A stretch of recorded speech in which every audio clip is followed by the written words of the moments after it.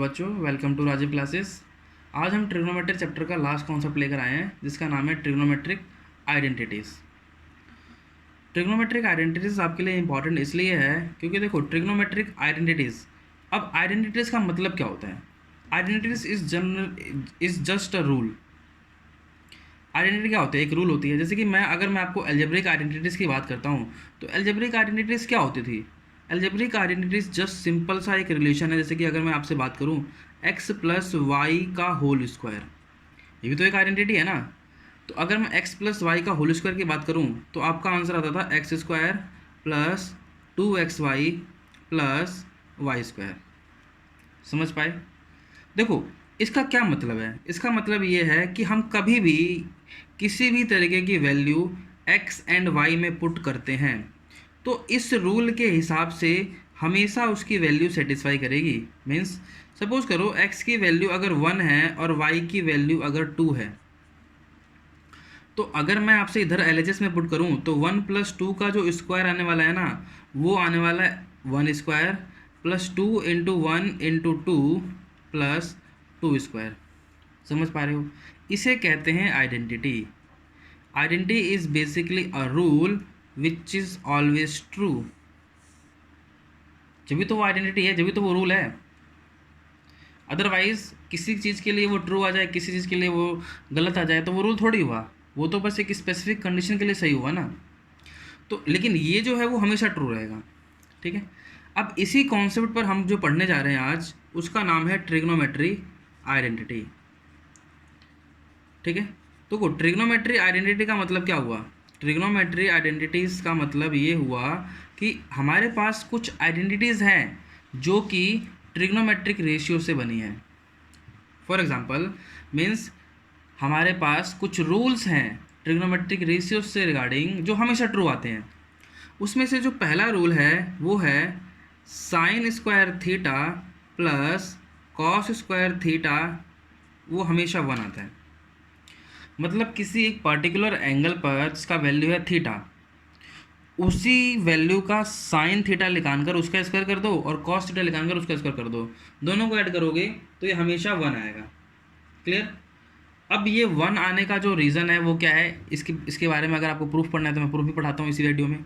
ठीक है, दूसरा जो रूल है, मतलब आप हमेशा इसकी वैल्यू ट्रू आएगी। मतलब अगर मैं आपसे बोलूँ what is the value of sine square 45 plus cos square 45, तो आपको पता है ना साइन 45 की वैल्यू होती है 1/√2 इसका स्क्वायर प्लस कॉस 45 की वैल्यू भी 1/√2 इसका स्क्वायर। तो ये क्या हो जाएगा? ये हो जाएगा मेरा 1/2 plus 1/2 is equal to 2/2 is answer is 1। समझ में आ रहा है? ये सभी एंगल के लिए ट्रू होगा, ना कि सिर्फ इसके लिए। क्लियर? तो फ़ायदा हमारा स्टैंडर्ड एंगल पर नहीं होगा, फ़ायदा होगा दूसरे एंगल्स पर। मान लो लिखा है sine square 13 plus cos square 13, तो आपको पता होगा थीटा अगर सेम है और दोनों का स्क्वायर है तो आपका आंसर क्या आ जाएगा? 1। डायरेक्टली आप 1 लिख सकते हो। यही तो फ़ायदा है आइडेंटिटीज़ का।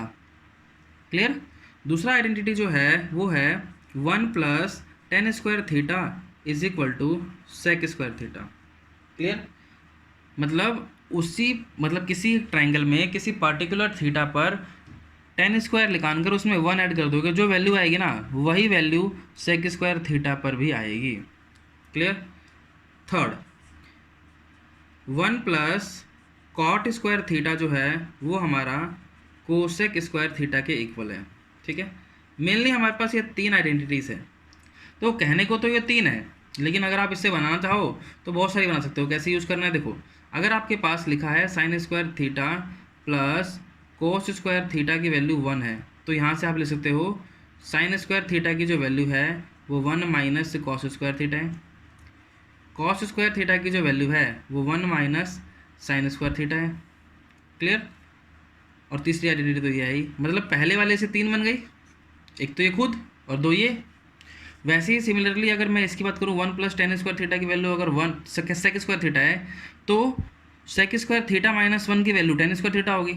वैसे ही sec square theta minus tan square theta की वैल्यू 1 होगी। Similarly cosec square theta minus 1 करोगे तो कॉट स्क्वायर थीटा आएगा, या फिर cosec square theta minus cot square theta की वैल्यू 1 आएगी। मतलब रीअरेंज करके लिखनी है आपको, बेसिकली 3 आइडेंटिटीज याद करनी है। अच्छा, बच्चों के मन में डाउट ही होता होगा कि पहली आइडेंटिटी ऐसे लिखी हुई है दोनों रेशियो को साथ में लिखा है और बाकियों को दोनों रेशियो को अलग अलग लिखा है। देखो अलग अलग लिखने का रीज़न यही है कि आपको इसको लर्न करने में दिक्कत ना हो। देखो इन आइडेंटिटीज़ को ऐसी फॉर्म में लिखा हुआ है कि कहीं भी माइनस नहीं है, तो कहीं भी माइनस नहीं है, तो आप इस तरह से इसमें एक पैटर्न देख सकते हो कि जितने भी आइडेंटिटीज रूल्स बनेंगे इसके अंदर, उन सारे कॉम्बिनेशन में सिर्फ और सिर्फ प्लस आएगा, आपको रिमेंबर करने में आसानी होगी। अब जैसे कि मान लो मैं कहता कि साइन स्क्वायर थीटा की value 1 minus cos square theta होती है, तो आप हो सकता है किसी क्वेश्चन में कन्फ्यूज हो, 1 minus cos square theta 1 plus cos square theta लिख दो। तो इन से बचने के लिए आपको स्टैंडर्ड फॉर्म में ऐसे लिखा हुआ है ताकि आपको कन्फ्यूजन ना हो। ठीक है, कोई डाउट? अब देखो ये आइडेंटिटीज आई कहाँ से। देखो इसका प्रूफ करने के लिए आपको सिर्फ और सिर्फ ट्रायंगल के बारे में पता होना चाहिए। देखो अगर मैं इससे बात करूं आपसे, देखो हमारे पास एक ट्रायंगल है जिस ABC, ठीक है, ये हो गया, मान लो ना ये थीटा है, क्लियर, ये थीटा है, तो ये मेरा क्या हो जाएगा परपेंडिकुलर, ये मेरा हो जाएगा बेस और ये मेरा हो जाएगा हाइपोटेन्यूज। तो इसके हिसाब से जो पाइथागोरस थ्योरम कहती है वो क्या कहती है, वो कहती है हाइपोटेन्यूज का स्क्वायर जो है वो परपेंडिकुलर का स्क्वायर प्लस बेस का स्क्वायर है, होता है। इसी कॉन्सेप्ट को हम यहाँ लगाएंगे। देखो अगर मैं इस ट्रायंगल से साइन थीटा की वैल्यू लगाता हूँ, साइन थीटा की वैल्यू, तो साइन थीटा की वैल्यू क्या होती है, लेक्चर नंबर 1, परपेंडिकुलर अपॉन में हाइपोटेन्यूज। ठीक है, इसलिए मैं कह रहा हूँ कि पुराने लेक्चर्स आपको देखे हुए होने चाहिए। अगर आप लोगों ने वो वीडियोस नहीं देखे हैं तो प्लीज़ जाकर पहले उसे देखें, आप अपने कॉन्सेप्ट को पूरा अच्छे से बनाएं। ज़्यादा नहीं है, 5 से 6 वीडियोज़ हैं, 5 से 6 वीडियोज़ अगर आप देखोगे, 15 से 20 मिनट की वीडियोज़ हैं, आप देखोगे तो मुश्किल से मुश्किल आपको ज़्यादा से ज़्यादा लगेगा, कितना लगेगा, कुछ घंटे, आपको पूरा का पूरा कॉन्सेप्ट समझ में आ जाएगा। और कुछ जल्दी किस बात की आप लोगों को, आराम से देखो, आराम से उसकी क्वेश्चन प्रैक्टिस करो। मैं हर वीडियो के एंड में आपको क्वेश्चन जरूर बताता हूँ कि आप ये क्वेश्चन यहाँ से कर सकते हो, NCERT से स्पेशली फिलहाल। ठीक है, देखो साइन थीटा की वैल्यू क्या होती है, परपेंडिकुलर अपॉन में हाइपोटेन्यूज, तो ये क्या हो जाएगा परपेंडिकुलर अपॉन में हाइपोटेन्यूज हो जाएगा। तो यहाँ से अगर मैं साइन स्क्वायर थीटा की वैल्यू निकालूँ तो ये हो जाएगा मेरा परपेंडिकुलर अपॉन में हाइपोटेन्यूज का स्क्वायर। देखो मैं चाहूँ तो इसको AB अपॉन में AC भी लिख सकता हूँ, लेकिन आपको AB अपॉन AC से जल्दी इससे समझ में आएगा। ठीक है, वैसे ही अगर मैं आपसे कॉस स्क्वायर थीटा लगाता हूँ, ठीक है, सॉरी कॉस थीटा पहले लगाता हूँ, तो कॉस थीटा की वैल्यू होती है बेस अपॉन हाइपोटेन्यूज। तो यहाँ से कॉस स्क्वायर थीटा की वैल्यू क्या हो जाएगी, बेस स्क्वायर अपॉन में हाइपोटेन्यूज स्क्वायर। आइडेंटिटी के हिसाब से आपको क्या करना है, आपको दोनों को ऐड करना है, sine square theta plus cos square theta. तो देखो sine square theta plus cos square theta करोगे तो what is the value of sine square theta, perpendicular upon में hypotenuse, plus cosec square theta क्या है, कोसेक स्क्वायर थीटा जो है वो हमारा बेस स्क्वायर अपॉन में हाइपोटेन्यूज स्क्वायर है। दोनों के नीचे अगर एलसीएम लोगे तो एलसीएम क्या आ जाएगा, हाइपोटेन्यूज का स्क्वायर, यहाँ आ जाएगा परपेंडिकुलर स्क्वायर और यहाँ आ जाएगा बेस स्क्वायर। ठीक है, अब देखो इस इक्वेशन से देखो, अगर मैं इस इक्वेशन से देखूं तो what is the value of perpendicular square plus base square, that is called hypotenuse square. समझ पा रहे हो, परपेंडिकुलर का स्क्वायर प्लस बेस का स्क्वायर जो है वो हाइपोटेन्यूज का स्क्वायर होता है। तो हाइपोटेन्यूज के स्क्वायर के इक्वल कर दो, रिप्लेस कर दिया, क्या आ गया, 1 आ गया। सिंपल सा प्रूफ है कि नहीं है आइडेंटिटी 1 की। तो यहाँ से मेरे पास ये आया कि इसकी वैल्यू 1 होती है। क्यों होती है, आपने प्रूफ कर दिया। अगर कोई पूछता है तो आप प्रूफ बड़े ईजिली बता सकते हो। ठीक है, सिमिलरली बहुत सिंपल से लॉजिक से, या अगर आप तीनों आइडेंटिटीज प्रूफ करना चाहते हो तो कैसे करोगे, देखो यहाँ से देखो टेन थीटा क्या आएगा, सेम क्वेश्चन से टेन थीटा कॉट थीटा सब लिख लेता हूँ मैं। ठीक है, टेन थीटा की वैल्यू क्या होगी, टेन थीटा की वैल्यू होगी परपेंडिकुलर अपॉन में बेस, क्लियर। सेक थीटा की क्या होगी, सेक थीटा की वैल्यू होती है 1 by cos theta. Cos theta की वैल्यू अगर बेस अपॉन हाइपोटेन्यूज है तो सेक थीटा की वैल्यू क्या होगी, हाइपोटेन्यूज अपॉन में बेस होगी कि नहीं होगी, क्लियर। तो यहाँ से देखो अगर मैं टेन स्क्वायर थीटा करता हूँ तो what is the value of ten square theta, that is perpendicular upon में बेस स्क्वायर होगा। अब क्या करना है, टेन स्क्वायर थीटा प्लस 1 बोला है उसने, तो टेन स्क्वायर थीटा प्लस 1 कर दो। तो टेन स्क्वायर थीटा प्लस 1 करोगे तो क्या आ जाएगा, tan square theta is perpendicular upon में base square, clear. Perpendicular upon में बेस स्क्वायर प्लस का 1 एलसीएम लोगे तो यहाँ पर क्या आएगा, base square, this is perpendicular square upon में बेस स्क्वायर, ऐसे आएगा। अब बताओ what is the value of perpendicular square plus base square, perpendicular square plus base square की वैल्यू इक्वेशन नंबर 1 से क्या आ रही है, हाइपोटेन्यूज का स्क्वायर। तो हाइपोटेन्यूज स्क्वायर अपॉन में बेस स्क्वायर। अब हाइपोटेन्यूज स्क्वायर अपॉन में base square is hypotenuse upon base का स्क्वायर, तो ये क्या बन जाएगा, this is sec square theta. Same ही बात है। तो नया कॉन्सेप्ट तो नहीं है ना इस वीडियो में, समझ पा रहे हो मैं क्या बता रहा हूँ। देखो ये वीडियो लेक्चर बहुत इंपॉर्टेंट है, ट्रिग्नोमेट्री आइडेंटिटीज का ध्यान रखना। क्यों इंपॉर्टेंट है, देखो इंपॉर्टेंट होने का रीज़न है, देखो डायरेक्टली इंडिविजुअल क्वेश्चंस तो आएगा ही आएगा, लेकिन इसमें क्वेश्चंस आते हैं this topic plus the last topic complementary angle, दोनों को मर्जअप करके क्वेश्चन देगा ये। अब दोनों को मर्जअप क्वेश्चन करके देगा तो थोड़ा अच्छा तो बनेगा ही, क्योंकि एक टॉपिक से डायरेक्टली क्वेश्चन पूछेगा तो वो सिंपल होगा, एक कॉन्सेप्ट लगा है। अगर दोनों कॉन्सेप्ट को मिलाकर साथ में देखा तो उसके अंदर दो कॉन्सेप्ट्स लग रहे हैं, तो दोनों जाहिर सी बात है दोनों में से कुछ तो अच्छा होगा है ना। क्लियर। तो इस वजह से मैं कह रहा हूँ कि इसको अच्छे से पढ़ना है। देखो इसमें पढ़ने वाली चीज़ें क्या है, देखो पढ़ने वाली चीज़ जो है वो सिर्फ और सिर्फ ये 3 आइडेंटिटीज़ हैं। बाकी चीज़ तो मैं आपको क्या करा रहा हूँ, बाकी तो मैं आपको सिर्फ और सिर्फ बता रहा हूँ कि आइडेंटिटीज़ को अगर आप में डाउट होगा कि ऐसा कैसे है तो प्रूफ आपके सामने है। समझ पा रहे हो।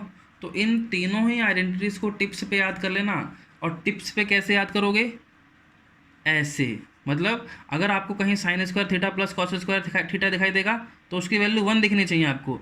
साइन स्क्वायर थीटा लिखा होगा तो 1 माइनस कॉस स्क्वायर थीटा भी दिखना चाहिए। अगर कॉस स्क्वायर थीटा लिखा होगा तो 1 माइनस साइन स्क्वायर थीटा भी दिखना चाहिए, या फिर उल्टा 1 माइनस साइन स्क्वायर थीटा लिखा होगा तो आपको कॉस स्क्वायर भी दिखना चाहिए, या फिर 1 माइनस कॉस स्क्वायर थीटा लिखा होगा तो आपको साइन स्क्वायर थीटा भी दिखना चाहिए। ठीक है। तो दोनों के दोनों चीज़ें आपको साथ में दिखनी चाहिए। क्लियर। तभी आपको क्वेश्चन करने में बहुत जल्दी क्रैक कर पाओगे। ठीक है।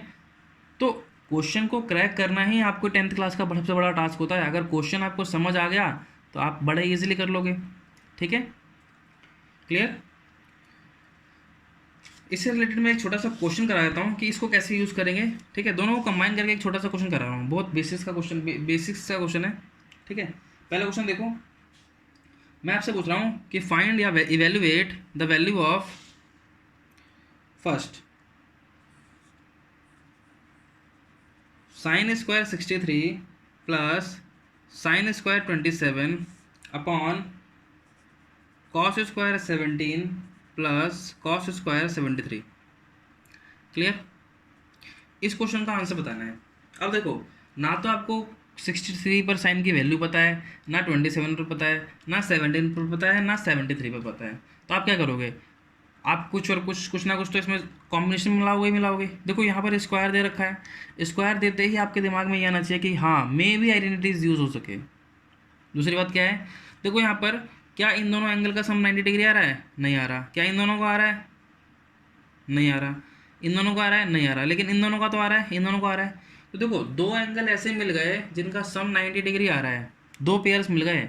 तो मैंने आपको बताया था कि जब भी पेयरिंग मिलेगी तो पेयरिंग मिलते ही किसी एक को चेंज करना है, दोनों को नहीं। क्लियर। तो ऊपर भी 90 पेयर मिल रहा है और नीचे भी पेयर मिल रहा है, तो ऊपर और नीचे में से किसी दोनों को एक एक चेंज कर दो। ठीक है। चेंज करोगे कॉम्प्लीमेंट्री एंगल लगा के करोगे। देखो अगर मैं साइन स्क्वायर लिखा है तो 63 को लिखता हूँ what is the 90 minus 27 plus sine square 27 लिख सकता हूँ कि नहीं लिख सकता। अब देखो स्क्वायर है तो अगर मैं साइन थीटा लिखकर इसके ऊपर स्क्वायर करता हूँ तो भी सेम बात है ना। तो प्रॉपर्टी दोनों पर लग सकती है, किसी एक पर लगाओ चाहे दोनों पर लगाओ, स्क्वायर पर भी लग सकती है और नॉर्मल भी लग सकती है। कॉस पर चेंज करोगे तो कॉस स्क्वायर ये क्या बन जाएगा, 90 माइनस 73। देखो 90 में से अगर इसे 27 माइनस करोगे तो 63 बन जाएगा, और 90 में से 73 माइनस करोगे तो 17 बन जाएगा। और दूसरा वाला एंगल तो कॉस स्क्वायर 73 होता ही है जो दे रखा है। अब बताओ साइन 90 माइनस थीटा क्या होता है, साइन 90 माइनस थीटा होता है कॉस थीटा। तो ये बन जाएगा कॉस 27, लेकिन स्क्वायर था तो यहाँ पर कॉस स्क्वायर 27 आएगा, और यहाँ पर आ जाएगा साइन स्क्वायर 27, और नीचे आ जाएगा देखो cos 90 minus theta is sine theta, तो यहाँ पर आ जाएगा साइन स्क्वायर 73, और यहाँ पर क्या लिखा है कॉस स्क्वायर 73। क्लियर। अब देखो अभी मैंने आइडेंटिटी कराई क्या, cos square angle sine square of same angle is 1, मतलब cos square theta plus sign square theta की वैल्यू क्या होती है, 1 होती है। Sine square theta plus cos square theta की वैल्यू क्या होती है, 1 होती है। तो इसका आंसर क्या आ जाएगा 1। बस आपको यहाँ पर रीज़न मेंशन करना पड़ेगा, sine square theta plus cos square theta is equal to 1। कोई डाउट। इस कॉन्सेप्ट से ये जो है सबसे बेसिक क्वेश्चन है, ऐसे क्वेश्चंस और भी आ सकते हैं। ठीक है। तो मैंने बस हल्का सा ओवरव्यू दिया है कि आपको करना क्या है, कैसे करना है। कोई डाउट। तो आज के लिए इतना ही करते हैं, क्योंकि आज का मेन मोटिव था आपको कॉन्सेप्ट सिखाना, आइडेंटिटी सिखाना। वो मैं आपको सिखा चुका हूँ। नेक्स्ट वीडियो में इसके रिगार्डिंग मैं क्वेश्चंस लेकर आऊँगा, तो मिलते हैं नेक्स्ट वीडियो में। आज के लिए इतना ही, ठीक है। अभी इस टॉपिक से आप कोई क्वेश्चन मत करना, मैं आपको बताऊँगा क्वेश्चन कब करने हैं, ठीक है ना बच्चों। मिलते हैं फिर, थैंक यू।